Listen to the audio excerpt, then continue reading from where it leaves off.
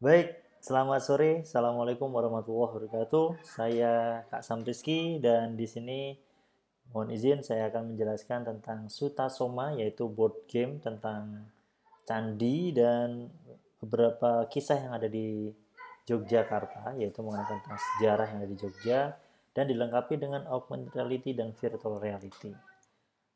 Baik, sekilas game ini menceritakan tentang kisah Rama dan Sinta dan Bandung Bondowoso dan juga candi-candi yang ada di Jogja, Candi Prambanan, Borobudur dan juga Candi Ratu Boko yang tiba-tiba menghilang, dan pemain ini diminta untuk menyelesaikan sebuah misi. Misinya adalah mengembalikan mereka yang tadi yang terjebak di sebuah mesin waktu berupa kartu, dikembalikan lagi ke lini masa mereka gitu. Nah, gambaran sekilas gamenya judulnya adalah Sutasoma, Temple of Yogyakarta. Tujuan gamenya ini sebenarnya lebih ke mempromosikan wisata candi melalui media game, augmented reality, dan virtual reality. Jadi gamenya tetap tangible yang bisa dipegang, tapi nanti bisa di-scan kartunya dan ada virtual reality-nya. Target pasarnya dimulai dari anak usia 7 tahun ke atas, kemudian jumlah pemainnya bisa 2-6 orang, durasi permainannya 15 menit, atau kalau diulang bisa sampai 1 jam gitu ya. Jadi memang kami arahnya lebih game yang party yang bisa dimainkan cepat, kemudian bikin orang lebih fun dan enjoy gitu. Jadi game ini mekaniknya memang simple banget, nanti akan kami jelaskan sekilas. Dan di game ini seperti yang tadi saya sampaikan di awal, menceritakan tentang Candi Prambanan, Candi Ratu Boko, dan Candi Borobudur. Selain itu juga ada kisah yang lain, yaitu kisah Ramayana dan juga Bandung Bondowoso. Yang mana kenapa Ramayana, dan karena kisah Ramayana ini masih di Jogja menjadi magnet pariwisata yang luar biasa, dan mereka selalu datang ke Prambanan, bahkan tidak hanya nasional juga internasional mereka sangat tertarik dengan kisah ini. Selain itu juga ada Bandung Bondowoso dengan kisah Roro Jonggrang gitu ya. Dan ini penjelasan kartu tracer sementara yang bisa kami tunjukkan, yaitu pertama adalah ilustrasi kartunya. Jadi di bagian atas ada ilustrasi, yang di bagian bawah itu judul kartunya. Jadi ada dua bahasa Inggris itu yang besar, kemudian di bawah ada bahasa Indonesia. Kami sengaja buat seperti ini karena memang ini diharapkan dapat menjadi bingkisan atau oleh-oleh wisatawan internasional. Karena targetkan untuk bisa go internasional, dan mudah-mudahan ini bisa menjadi sebuah project yang dapat dikembangkan lagi ke depan, karena ini hanya yang ada di Jogja. Mungkin kita bisa mengembangkan lagi yang ada di Jawa Barat atau mungkin seluruh Indonesia gitu ya. Dan cara simpelnya simpel banget. Ini yang pertama, nanti ada sebuah kartu dan ada token. Pemain harus menyesuaikan tokennya. Kemudian pemain akan mencari informasi yang ada di dalam kartu dan mereka akan mengembalikan kartu itu kepada misinya tadi gitu. Oke, ini game setupnya. Jadi nanti setiap pemain akan dibagi menjadi dua kelompok regu 1 dan regu 2 gitu. Satu kelompok bisa 3, contoh yang ini bisa 3 pemain, jadi total 6 pemain, masing-masing grup ada 3 orang. Oke, kurang lebih permainannya akan seperti ini.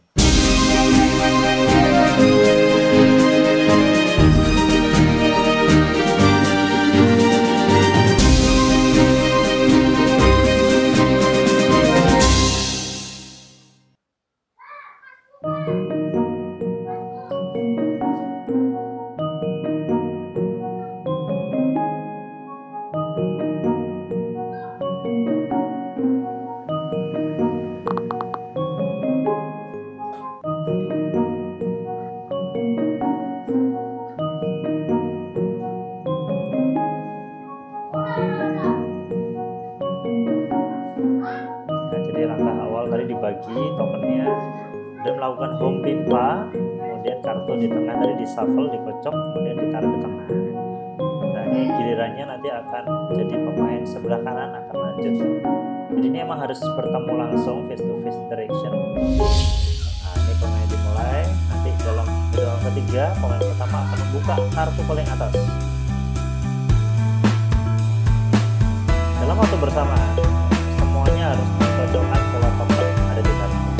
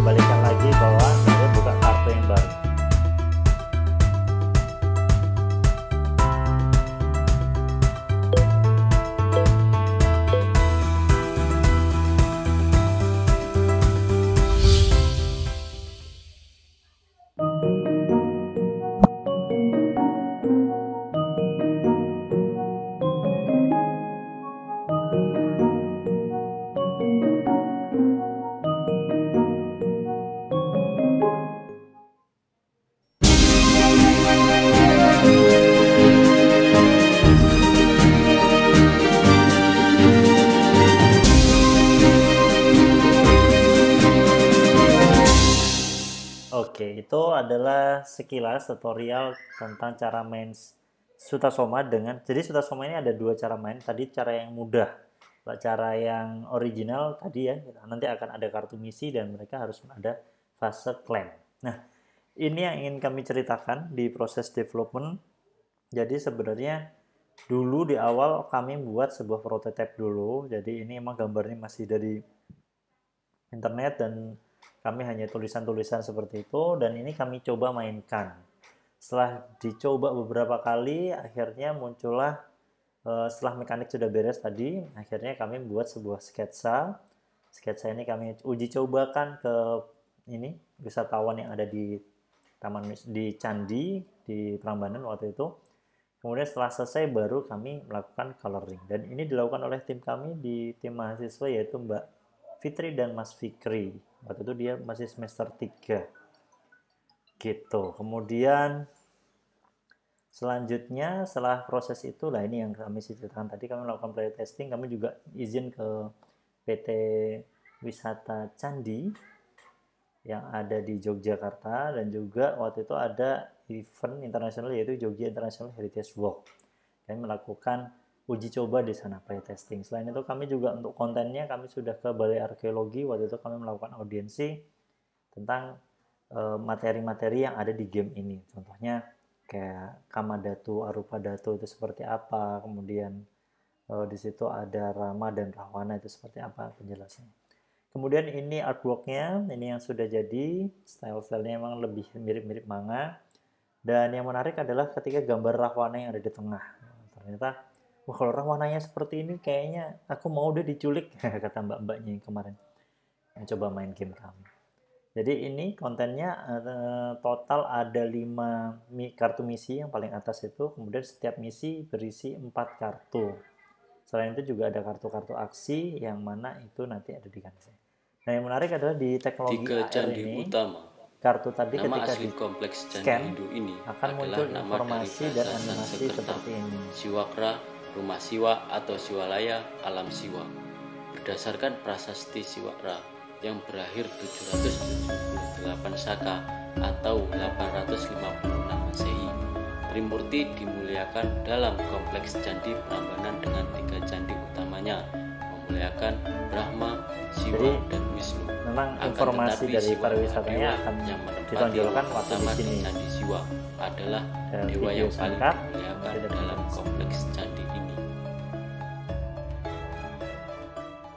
Jadi informasi ini ada di AR-nya, kemudian juga ada di buku petunjuknya. Jadi di dalam box itu sudah ada buku petunjuk yang isinya adalah konten-konten tersebut.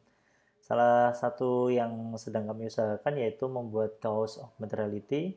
Jadi kaosnya itu berdasarkan dari ilustrasi yang ada di game, kemudian nanti kalau di scan akan muncul seperti tadi informasi-informasi.